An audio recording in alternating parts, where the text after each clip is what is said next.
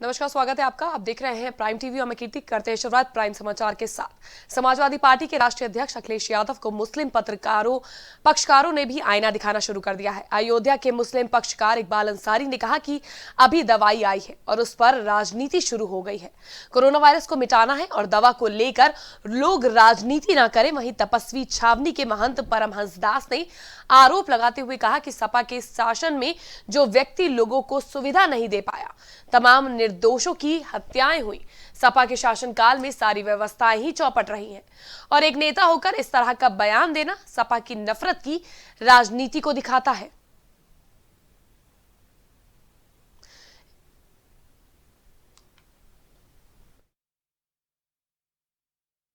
ये सवाल हमारे देश का है और कोरोना महामारी का है।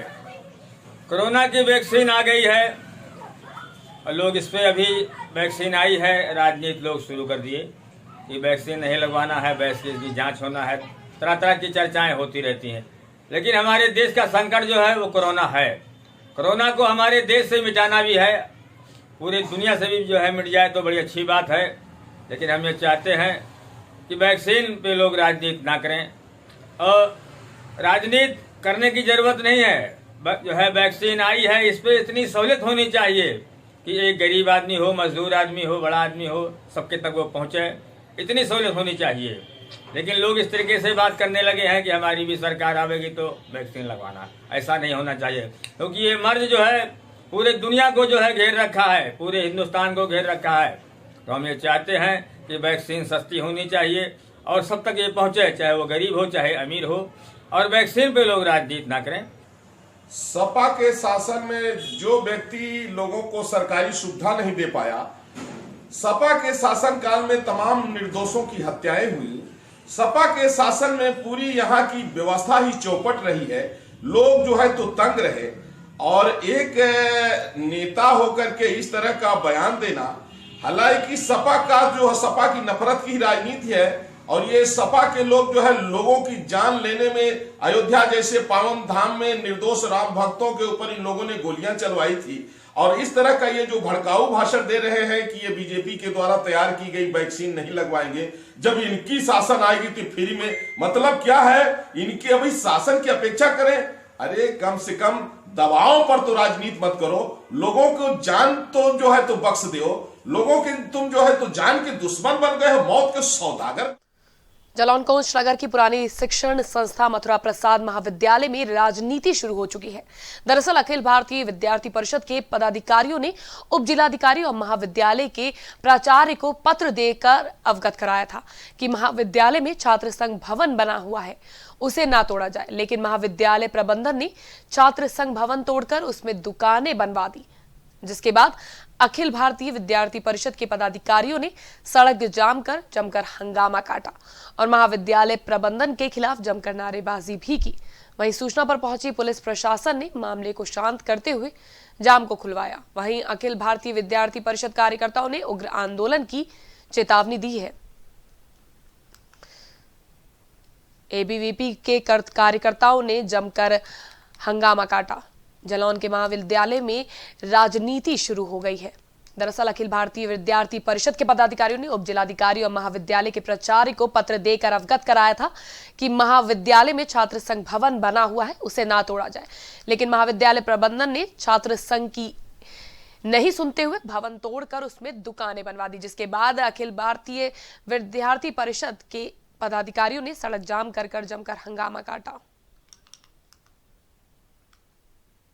मेरा नाम निर्मल तिवारी है और मैं विद्यार्थी परिषद का विभाग का सह संयोजक हूँ। और हम लोग ये हमारी समस्त विद्यार्थी परिषद की टीम है और ये हमारे जिला संयोजक दीपराज द्विवेदी जी है। और हम लोगों का मुद्दा ये था कि हम लोग 7 दिन पहले यहाँ पर जो एमपीडीसी कॉलेज है, यहाँ पर छात्र संघ भवन को तोड़कर अवैध दुकानों का निर्माण रातों रात किया गया है। तो हम लोगों ने 7 दिन पहले कॉलेज प्रशासन और जिला प्रशासन को अवगत भी कराया ज्ञापन के जरिए कि जल्दी हमको कोई लिखित आश्वासन पत्र दिया जाए। हमने उनसे मांग की थी कि यहाँ पर जो छात्र संघ भवन बनाया गया है, जब भी भविष्य में छात्र संघ चुनाव हो तो ये जिस भी संगठन का अध्यक्ष बने, ये छात्र नहीं तोड़ा गया है ना, उसको जीर्ण है, उसको रिपेयरिंग के लिए हम लोगों ने सोचा है कहीं दूसरी जगह बना दिया जाए। मानक के अनुसार भी छोटा बना है, उसका हॉल बड़ा होना चाहिए।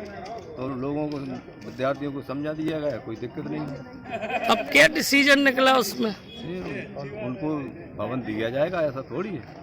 कब तक दिया जाएगा ये भवन बना के? अभी दे देंगे, इलेक्शन हो जाए, इसके बाद भवन निर्माण शुरू हो जाएगा, नया भवन बनवाएंगे। ये जीर्ण है इसकी जगह। प्रतापगढ़ के लालगंज तहसील में प्रशासन के खिलाफ अधिवक्ता ने नारेबाजी की। बता दें कि बीते दिनों हुई अधिवक्ता के घर पर डकैती जैसी घटना पर कोई कार्रवाई नहीं हुई, जिसके बाद भड़के अधिवक्ताओं ने साथी मित्र को न्याय दिलाने के लिए नायब तहसीलदार को ज्ञापन देते हुए कार्रवाई की मांग की है।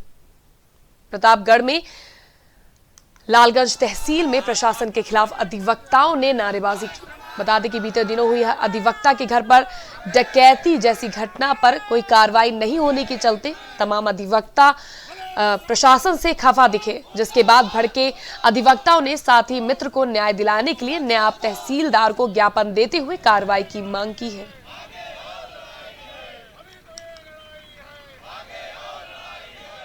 2 जनवरी को प्रतापगढ़ जिले मुख्यालय पर रूरल बार एसोसिएशन के जिलाध्यक्ष और जनपद के वरिष्ठ अधिवक्ता जो कोतवाली नगर के गायत्री नगर में रहते हैं, अंजनी सिंह बाबा जी, उनके घर में बदमाशों ने डकैती की घटना डाली। उनकी पत्नी को गंभीर रूप से चुठेल किया, गहने लूटे, नकदी लूटे और बंधक बना के सशस्त्र बदमाशों ने घटना अंजाम दी। पूरा दिन कल कवायद चलती रही कि इस मामले में FIR लिखी जाए, डिले कर रही थी पुलिस। तो इसमें SP से मेरी बात हुई, संयुक्त अधिवक्ता संघ के अध्यक्ष महेश जी की बात हुई, प्रतापगढ़ में जूनियर बार के महामंत्री JP मिश्रा जी, हमारे प्रदेश अध्यक्ष मुक्कू ओझा जी, तमाम लोगों ने कप्तान से कहा कि भाई आप FIR लिखें और इस घटना को ट्रेस आउट करें। बहुत दबाव के बाद कल देर रात FIR पुलिस ने दर्ज किया। आज इस घटना की जानकारी जब अधिवक्ताओं को हुई, हमारे परिवार को हुई, तो सब में बहुत आक्रोश था, बहुत गुस्सा था और इस घटना के खिलाफ मथुरा के नवागढ़ जिलाधिकारी नवनीत चहल ने कार्यभार संभालते ही कलेक्ट्रेट परिसर का निरीक्षण किया। वहीं इस दौरान आवश्यक दिशा निर्देश दिए, जबकि कमियां पाए जाने पर संबंधित अधिकारी और कर्मचारियों को जल्द से जल्द खामियों को सुधारने के लिए हिदायत भी दी गई। इस दौरान मीडिया से बात करते हुए जिलाधिकारी ने अपनी प्राथमिकताएं बताई। वहीं पत्रकारों द्वारा मथुरा वृंदावन में आने वाले श्रद्धालुओं की व्यवस्था को लेकर जब सवाल पूछे गए तो नवागत जिलाधिकारी द्वारा बताया गया कि मथुरा वृंदावन में आने वाले सभी श्रद्धालुओं की सभी तरह की सुविधा उन्हें मुहैया कराई जाएगी और जनपद में व्याप्त परेशानियों को जल्द से जल्द दूर किया जाएगा। जिलाधिकारी ने मथुरा कलेक्ट्रेट परिसर का निरीक्षण किया। वहीं तमाम दिशा निर्देश देते हुए उन्होंने कमियां पाए जाने पर संबंधित अधिकारियों को दिशा निर्देश दिए कि कर्मचारियों को जल्द से जल्द खामियों को सुधारने के लिए हिदायत भी दी गई। इस दौरान मीडिया से बात करते हुए जिलाधिकारी ने अपनी प्राथमिकताएं भी बताई। वहीं पत्रकारों द्वारा मथुरा वृंदावन में आने वाले श्रद्धालुओं की व्यवस्था को लेकर सवाल पर जिलाधिकारी ने बताया कि मथुरा वृंदावन में आने वाले सभी श्रद्धालुओं की सभी तरह की उन्हें सुविधा मुहैया कराई जाएगी।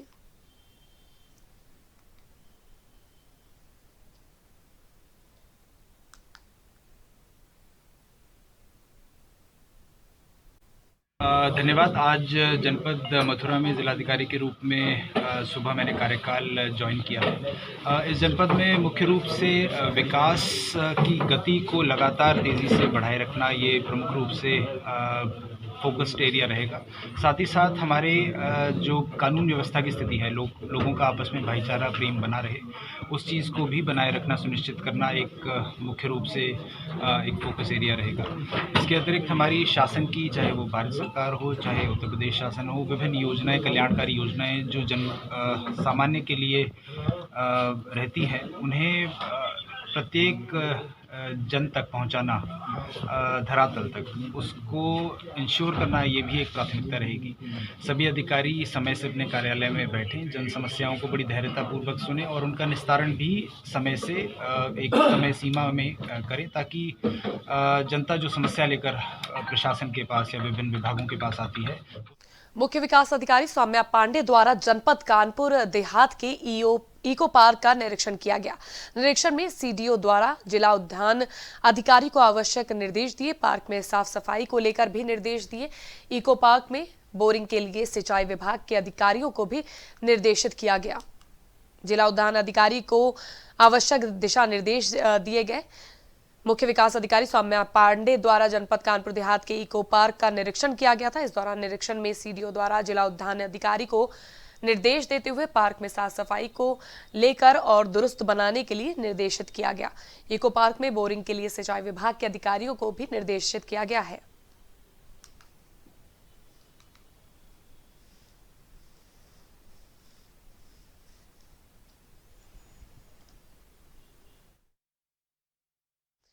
बस्ती में टोल प्लाजा कर्मियों की गुंडागर्दी देखने को मिली।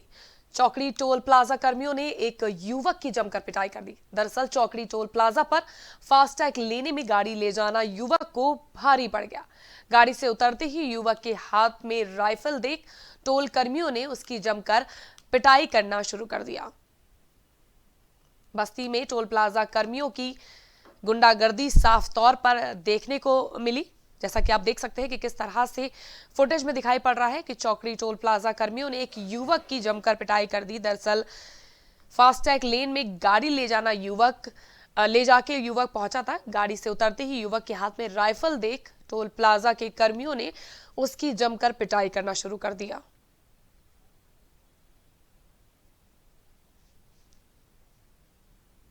बस्ती का ये पूरा मामला है, जहां टोल कर्मियों ने एक युवक के हाथ में पिस्टल देखते ही उसके साथ मारपीट करना शुरू कर दिया। वहीं ये पूरी घटना सीसीटीवी कैमरे में कैद हो गई।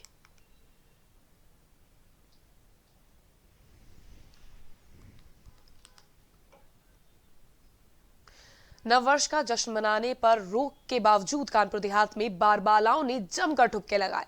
वहीं वीडियो सोशल मीडिया में जमकर वायरल हो रहा है, जहां प्रशासन के दावों की पोल खुल रही है कि ऐसे कार्यक्रम पर रोक क्यों नहीं लगाई गई। वहीं तस्वीरों में साफ देख सकते हैं कि कैसे खुलेआम गांव में रंगारंग कार्यक्रम चल रहा है। लोग नशे में झूम रहे हैं। वायरल वीडियो गजनेर थाना क्षेत्र के कुड़वा गांव का बताया जा रहा है। जी हां, कानपुर देहात का ये पूरा मामला है, जहां बारबालाओं ने जमकर ठुमके लगाए। उनके साथ ही कई लोग नशे में धुत ठुमके लगाते नजर आए। वहीं ये तमाम तस्वीरें सरकार के ऊपर सवालिया निशान खड़े करती हैं कि आखिर इतनी रोक के बावजूद और कोरोना प्रोटोकॉल्स की धज्जियां उड़ाते हुए किस तरह से ये कार्यक्रम आयोजित हो रहे हैं।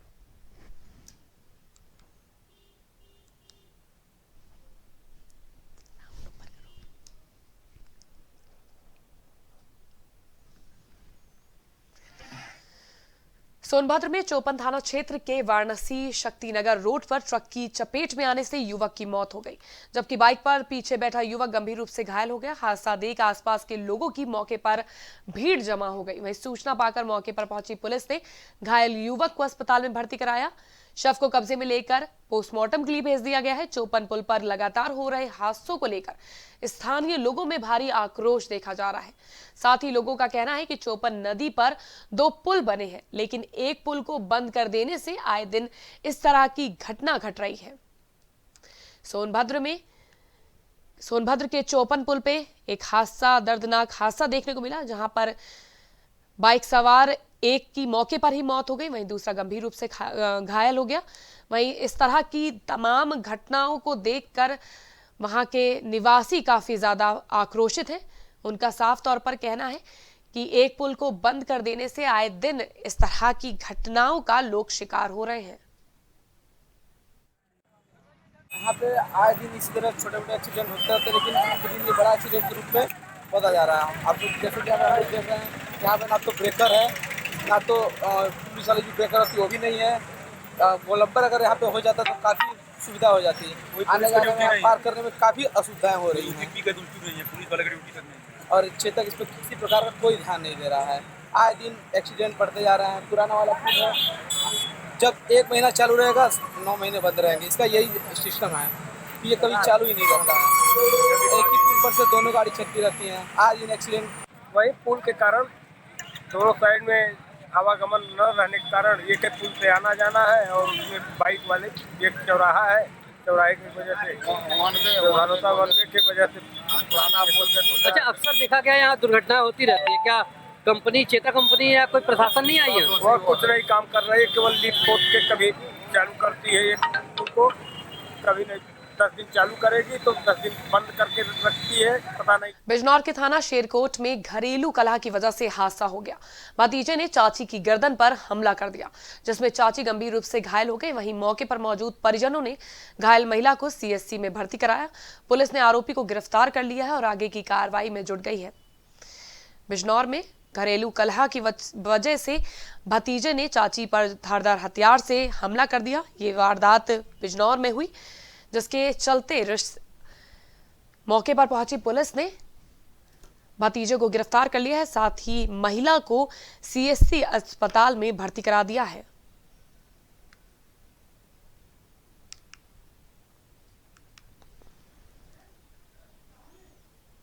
कानपुर देहात के रसूलाबाद थाना क्षेत्र में चोरी के इरादे से आए बदमाशों ने पति पत्नी पर लाठी डंडों से हमला कर दिया। घटना की सूचना मिलने पर पुलिस ने घायलों को सामुदायिक स्वास्थ्य अस्पताल में भर्ती कराया। हालत गंभीर होने की वजह से घायलों को हैलेट में रेफर कर दिया गया है। वहीं पुलिस ने एक नामजद और 3 अज्ञात पर रिपोर्ट दर्ज कर ली है। बदमाशों ने पति और पत्नी पर हमला किया। कानपुर देहात के रसूलाबाद थाना क्षेत्र का ये पूरा मामला है, जहां चोरी के इरादे से आए बदमाशों ने घर में रह रहे पति पत्नी पर लाठी डंडों से हमला कर दिया और हमला कर उन्हें घायल कर दिया। वहीं सूचना पर पहुंची पुलिस ने घायल पति पत्नी को अस्पताल में भर्ती कराया। वहीं पुलिस ने एक नामजद और 3 अज्ञात लोगों के खिलाफ रिपोर्ट दर्ज कर आगे की कार्रवाई शुरू कर दी है।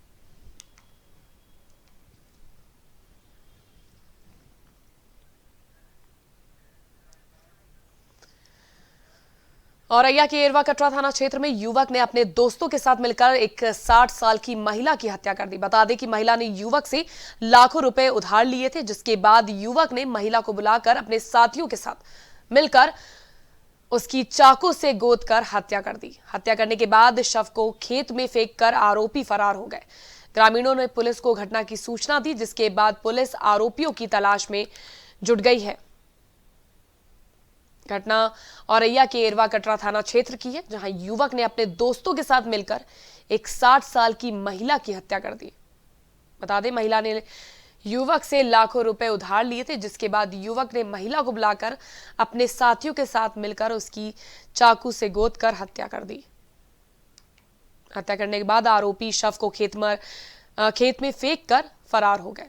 वहीं ग्रामीणों के द्वारा मिली सूचना पर पुलिस ने आगे की कार्रवाई शुरू कर दी है।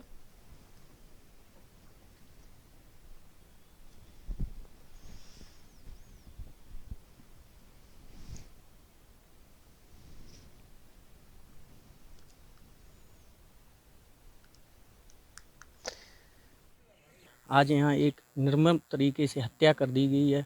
आइए हम उनके बेटे से, नाती हो आप उनके? नाती से बात करते हैं और पूरी बात पूछते हैं, क्या है, कैसे ये घटना घटी।